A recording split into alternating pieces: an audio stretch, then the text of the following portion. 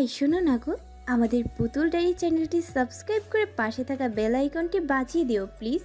আর গল্পটি ভালো লাগলে অবশ্যই লাইক কমেন্ট করে শেয়ার করে দিও। ঋষভ দৌড়ে গিয়ে দরজা লক খুলে দিল আর সাথে সাথেই পানি গড়গড় করে বেরিয়ে এলো আর সানিও নিচে পড়ে গেল। পানির আওয়াজ আদ্রের হুঁশ আসে। সে দৌড়ে গিয়ে সানিকে নিজের হাঁটুতে শুয়ে পাগলের মতো ডাকতে থাকে, পুতুল, এই পুতুল, উঠো না। তুমি এমন করে আছো কেন? রাগ করেছো তাই না? রাগ আমার উপর রাগ করেছো? দেখ দেখ তোরা, আমার পুতুলটা আমার উপর রাগ করে এরকম চোখ বন্ধ করে আছে। আমি সরি বলছি পুতুল, এবার উঠো, আমার যে আর সহ্য হচ্ছে না। এই এই আমার পুতুল, তুমি এখনো এইভাবে আছো? বলেছি না চোখ খুলতে। এবার কিন্তু আমি সত্যি বকবো। উঠো, চোখ খুলে বলছি। এভাবে কেউ থাকে নাকি? হ্যাঁ পুতুল, উঠো না কলিজা। আদ্রের এমন পাগলামো দেখে সবার চোখে পানি চলে এলো, কিন্তু আদ্র কাঁদছে না। তাকে দেখে মনেই হচ্ছে না যে সানির এমন কিছু হয়েছে। সে তো তার পিচ্ছি পুতুলটা রাগ ভাঙাতে ব্যস্ত। শারমিয়া খেয়াল করলো সানির চোখ মুখ কেমন যেন ফ্যাকাশে হয়ে গেছে। এতেই সবাই ধরে নিল যে সানি মৃত। বিহান গিয়ে আদ্রের কাঁধে হাত দিয়ে বলল, আদ্র, আদ্র শান্ত হ, তুই এমন পাগলামো করিস না, ওঠ, করিস না এমন। এই বিহান, দেখ না, আমার পুতুলটা চোখ খুলছে না। এত রাগ কেন ওর? হ্যাঁ, এত রাগ কেন? ও কি বুঝতে পারছে না আমি আমি কতটা কষ্ট পাচ্ছি? এই তোরা বল না, তোরা ওকে বল না চোখ খুলতে। আমি জানি ও শুনবে। পিচ্চি আর চোখ খুলবে না আদ্র। মানে কি বলছিস তুই? না, এতটা রাগ করেনি ও। আমি জানি তো আমার পুতুল এই এক্ষুনি চোখ খুলবে।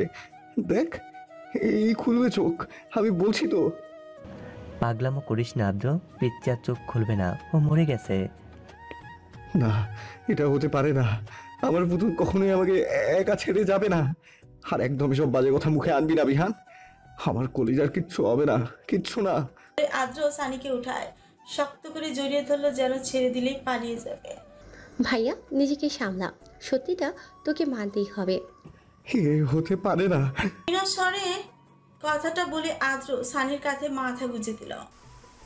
আমরা এবার ভাইকে কি করে সামলাবো? আমি আসছি, চাচিকে ডাকতে হবে। বলেই শারমায়া চলে গেল। হঠাৎ আদ্র সানির কাঁধ থেকে মাথা তুলে বলল, আমার পুতুল বেঁচে আছে। হ্যাঁ, কিচ্ছু হয়নি ওর। কি বলছিস এসব তুই? আমি ঠিকই বলছি, আমি শুনতে পাচ্ছি। আমার পুতুলের হার্টবিট আমি শুনতে পাচ্ছি। হোয়াট? ওর হার্টবিট চলছে?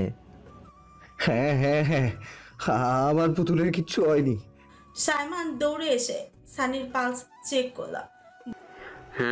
ওর পেটে অনেক পানি। ওর পেটে অনেক পানি চলে গেছে, পানি বের করতে হবে। ওর পেটে প্রেস করতে হবে। বলে বিহান এগোতে গেলে আদ্র বাধা দেয়। আমি দিচ্ছি, তোরা ছবি না আমার পুতুলকে। আমি পারবো। এরপর আদ্র কাপা কাপা হাতে সানির পেটে প্রেস করল। কিছুক্ষণ পরই সানির মুখ দিয়ে পানি বের হতে লাগলো। এরপরেই পিটপিট করে চোখ খুললো সানি আর নিজেকে আবিষ্কার করলো আদ্রের কোলে। আদ্র যেন নিজের প্রাণ ফিরে পেল। খুশি হয়ে পাগলের মতো বলতে লাগলো, আমার পুতুল ঠিক হয়ে গেছে, কিছু হয়নি আমার পুতুলের। পুতুল তুমি ঠিক আছো তো? তখনই সানি আদ্রের থেকে মুখ ফিরিয়ে নিল। অনেক কষ্টে উঠে বসল। আদ্রের কোল থেকে সানির এমন ব্যবহারে আদ্র যেন হতভম্ব। তখনই শারমিয়া, রুষা, আরিফা সব বাকিরা এরা। কোথায় কি হয়েছে আমার মামুনির? আমার মামুনি বলেই সানির দিকে তাকাল। সানিকে এই অবস্থায় দেখে নিজেকে ধাতস্থ করলো যে তার মেয়ে ঠিক আছে। দৌড়ে গিয়ে সানিকে বুকের মাঝে জড়িয়ে ধরলো আর কাঁদতে কাঁদতেই বলল, মামুনি, আমার মামুনি, তুই ঠিক আছিস তো? কিছু হয়নি তো তোর? কথা বল না মামুনি, আমার যে চিন্তা হচ্ছে। আমি ঠিক আছি মামুনি, তুমি কাঁদছো কেন? দেখো আমি ঠিক আছি তো। থ্যাংক গড, পিছি ঠিক আছে। আমি তো ভেবেছিলাম ও আর। চুপ কর শামু, এই কথা আর মুখে মানবি না। শারমিয়া খেয়াল করলো একটু আগে আদ্র যে এরকম পাগলামি করছিল এখন আর তা নেই। এখন তাকে দেখে মনে হচ্ছে যেন কিছুই হয়নি। আগে যেরকম রাগ করতো ঠিক সেরকমই রাগই ফেস করে আছে। মাম্মাম, তোরা ওকে চেঞ্জ করিয়ে দাও, আমরা এখন আসছি। বলে আদ্র সহ সব ছেলেরা বাইরে চলে গেল।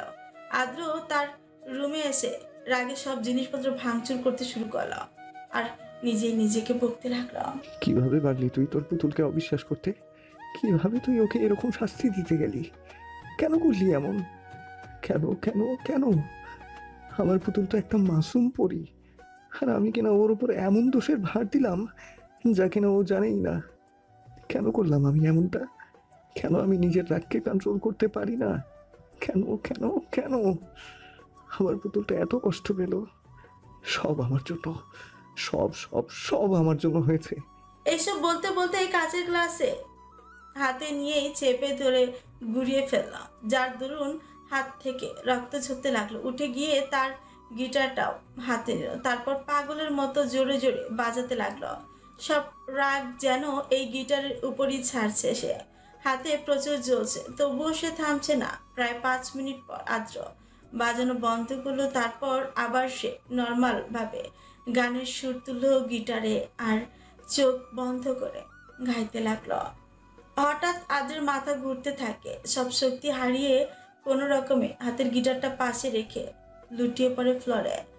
গানের উপর তরল কিছু পড়তে পিটপিট করে চোখ খুললো আদ্র। বুঝতে পারলো মাথার কাছে কেউ আছে, তাই মাথা উঁচিয়ে দেখলো সানি তাকে নিজের কোলে শুয়ে এক হাত দিয়ে চুলে বোলাচ্ছে, আরেক হাত দিয়ে আদ্রের গলা জড়িয়ে আছে। চোখে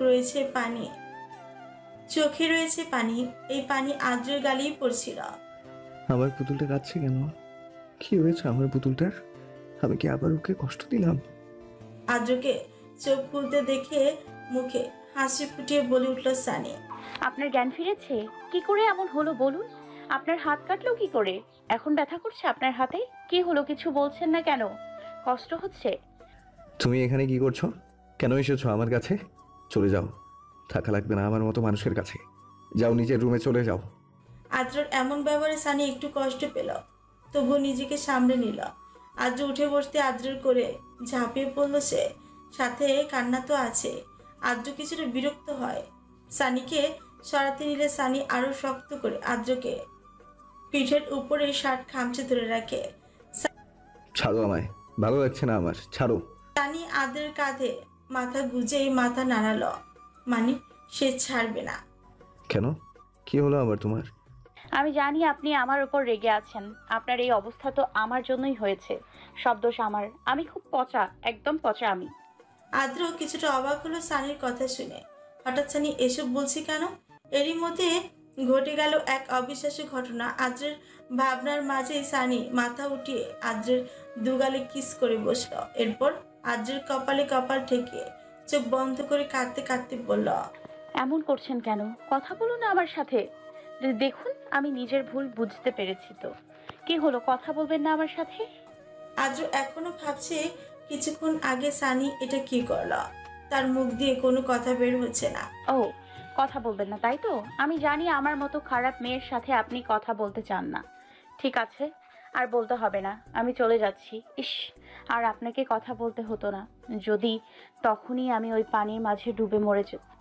কথাটা শেষ হওয়ার আগেই আদ্র সানিকে টাইট করে জড়িয়ে ধরে সানির ঠোঁটে ঠোঁট মিলিয়ে দেয়। সানিও থেকে যায়। কিছুক্ষণ পরে আদ্র তার তৃষ্ণা মিটিয়ে সানির ঠোঁটে ঠোঁট ছিঁয়ে বলল, আর কখনো এমন কথা বলবে না। আমায় মারবে নাকি এসব বলে? কেন বলো এসব? এমনিতেই তখন তোমাকে ওই অবস্থায় দেখে আমি প্রায় মরেই গেছিলাম। এখন কি এসব বলে একেবারেই মেরে ফেলবে আমায়? আপনি তো কথা বলবেন না, আমি কি করব তাহলে? আর আমি তো খারাপ, তাই না? কে বললো এসব ফালতু কথা? তুমি তো সবার সেরা। আমার দেখা best goodie girl is you, my little doll. তুমি কখনো খারাপ হতেই পারো না। আমি খারাপ। আমার জন্যই আপনার এই অবস্থা হলো। হাতও কেটে গেল কতখানি। ওসব কিচ্ছু না ডল, আর তোমার জন্য কেন হতে যাবে এসব? তুমি কি করেছো নাকি? এসব তো আমার জন্য হয়েছে, আর যা হয়েছে বেশ হয়েছে। এই হাতটা আমার পুতুলটাকে কষ্ট দিয়েছে, একে তো শাস্তি পেতেই হতো। কেন করলেন এমন? আমি তো ভুল করেছিলাম, তাই বলে এমনটা করবেন? কে বললো তুমি ভুল করেছো? ভুল তো আমি করেছি। আমি করেছি। ও হঠাৎ কেন এটা মনে হলো তোমার? এবার সানি কিছুক্ষণ আগের কথা আদ্রকে বলতে থাকে। ফ্ল্যাশব্যাক। ওয়াশরুম থেকে চেঞ্জ করে এসে খাটে আরিফার বুকে মাথা গুজলো সানি। এমন কেন করে মামুনি? কি করেছি আমি? পিচি তুই ভুল বুঝিস না, ভাইয়া এসব ইচ্ছে করে করেনি। মানে? এরপর রুষা সবটা খুলে বলল। আমি ওনাকে ভুল বুঝলাম ও উনি আমার জন্য কষ্ট পেল। হঠাৎ সানি দৌড়ে বেরিয়ে গেল রুম থেকে। সানি দৌড়ে চলে গেল আদ্রের রুমে। দরজা ভেরানোই ছিল। হালকা ধাক্কা দিতে দরজা খুলে গেল। ভেতরে ঢুকতেই সানি দেখলো আদ্রের হাতে রক্ত। সে অজ্ঞান হয়ে ফ্লোরে পড়ে আছে। এতে যেন সানি থমকে গেল। সে আদ্র স্যার, দৌড়ে গিয়ে আদ্রের মাথাটা নিজের কোলে রাখলো। তারপর পাগলের মতো কাঁদতে কাঁদতে বলল, কি হলো আপনার? উঠুন না। এই যে কি হলো, চোখ খুলুন না। আরে উঠুন না, কি করে হলো এমনটা?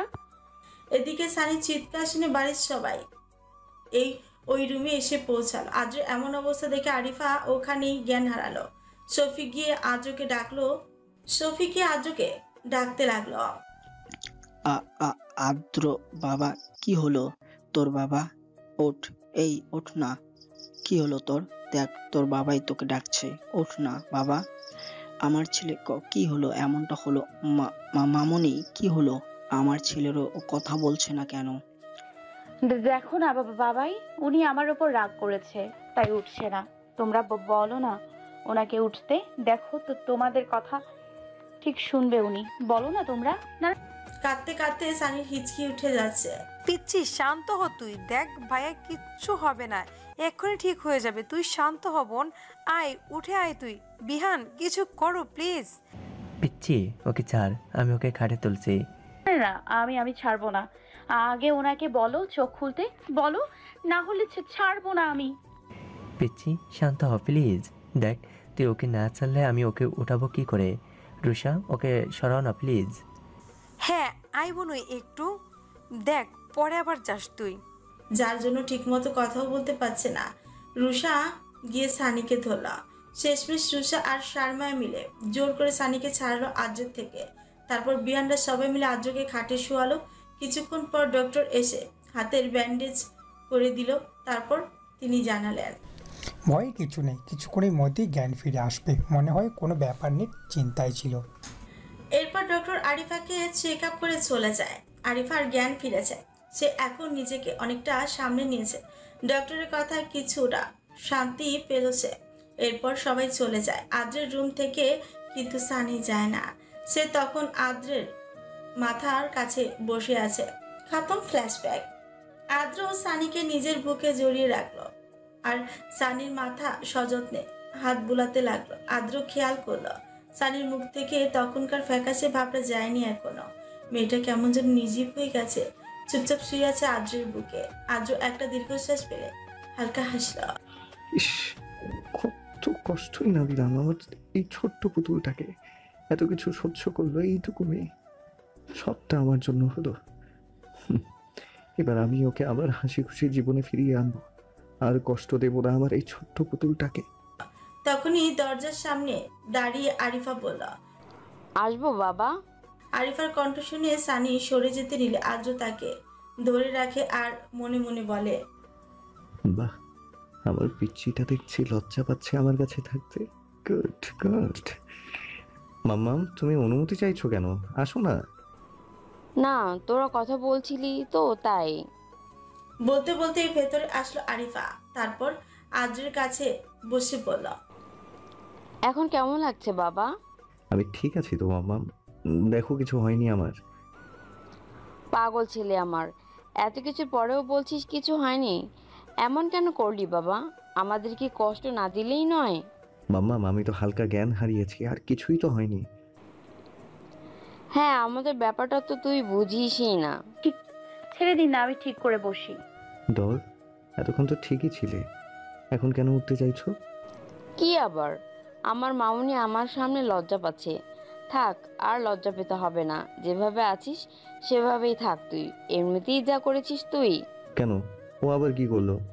তখনই রুষা আর শারমায়া রুমে ঢুকতে ঢুকতে বলল, আর বলিস না, তখন তো ওকে তোর কাছ থেকে সরানো যাচ্ছিল না। আমি আর শামু জোর করে টেনে টেনে সরিয়েছি, সেই পরে আবার তোর কাছেই গেল। যা কান্না করছিল পিছিয়ে, এমনভাবে হিসকি তুলছিল, আমি তো ভাবলাম এই বুঝি ও জ্ঞান হারালো। আমার পুতুলটা এত করেছে আমার জন্য। আচ্ছা, পুতুলও কি আমাকে ভালোবেসে ফেললো? আর ভাইয়া তখন তো চাচিও জ্ঞান হারালো। কি হয়েছে না বলে বোঝানো দায়। প্রথমে এই পিচ্ছি এইরকম অবস্থায়, এরপর তোর, তারপর তাকে দেখে চাচি তো অজ্ঞান, এদিকে চাচাকে সামলানো যাচ্ছিল না, তার উপর আবার পিচ্ছির ওরকম কাণ্ড, সব মিলে একদম এলাহি কারবার। থ্যাংক গড, এখন সব ঠিক হয়ে গেছে। আজকের দিনটার কথা ভোলার মতো না। মাম্মাম, তুমি জ্ঞান হারিয়েছো? ডক্টর চেক আপ করেছে? এখন তোমার শরীর কেমন আছে? আরে বাবা, আমি একদম ঠিক আছি। এতক্ষণ তো রেস্ট নিয়েছিলামই। তুই আমার কথা চিন্তা না করে মামনির কথা ভাব। তখন থেকে মেয়েটা একটু রেস্ট নেয়নি। রাত প্রায় 2টো বাজে, এখনও ঘুম নেই তার চোখে। এমনিতেই তো অসুস্থ, এখন বলতো না ঘুমালে হয়? শরীর তো আরও খারাপ করবে। ভাগ্যিস রুষা জোর করে 2টো খাইয়ে দিয়ে ওষুধ খাওয়ালো, না হলে তো আরও অসুস্থ হয়ে পড়তো। আদ্র এবার তীক্ষ্ণ দৃষ্টিতে সানির দিকে তাকালো। এসব কি শুনছি ডল? এগুলো কি সত্যি? তুমি তখন থেকে একটু রেস্ট নাওনি? এত কেয়ারলেস কেন তুমি নিজের প্রতি? আমার খেয়াল রাখতে চলে এলে নিজের কথা না ভেবে। এমন কেউ করে? এই, তোমার একটুও ক্লান্তি লাগছে না? কি হলো, এখন চুপ করে আছো কেন? উত্তর দাও। সানির কোনো কথাই নেই। কি হলো, চুপ করে আছো কেন? কথা বলো। এবারও সানি চোখ। আদ্র এবার একটু সন্দেহ নিয়ে আলতো হাতে সানির মুখখানা নিজের বুক থেকে উঠালো উপরে। এ কি, মেয়েটা তো ঘুমিয়ে পড়েছে। এই শীতের মধ্যে আদ্রের বুকের উষ্ণতা পেয়ে ক্লান্ত শরীরে ঘুম চলে এলো। হায়, কাকে কি বলছি? আমি ওকে ঘুমানোর জন্য বকছি, আর ও অলরেডি ঘুমিয়েই পড়েছে। সানির এমন কাণ্ড দেখে আরিফা, রুষা আর শারমায়া হেসেই দিল। থাক, ক্লান্ত মেয়ে একটু আরাম পেতেই বিড়াল ছানার মতো ঘুমিয়ে পড়লো। এদিকে শারমায়া রুষার কাঁধে ধাক্কা দিয়ে ফিসফিসিয়ে পড়ল। ঘুমানোর জন্য প্রেমিকের বুক ছাড়া আর বেস্ট তো কিছু হতে পারে না। দেখ, আমাদের পিছিয়েও তা বুঝে গেছে।